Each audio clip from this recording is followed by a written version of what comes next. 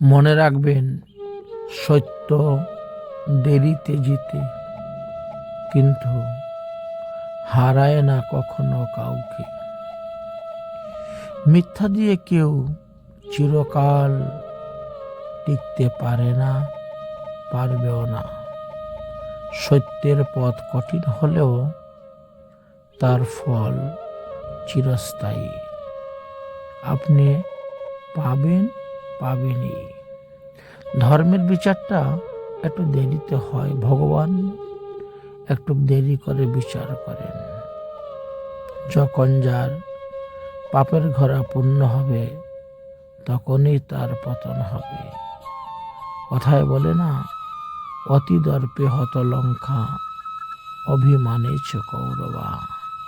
তাই সৎপথে থাকো, ভালো কাজ করো, জয় তোমার হবেই হবে।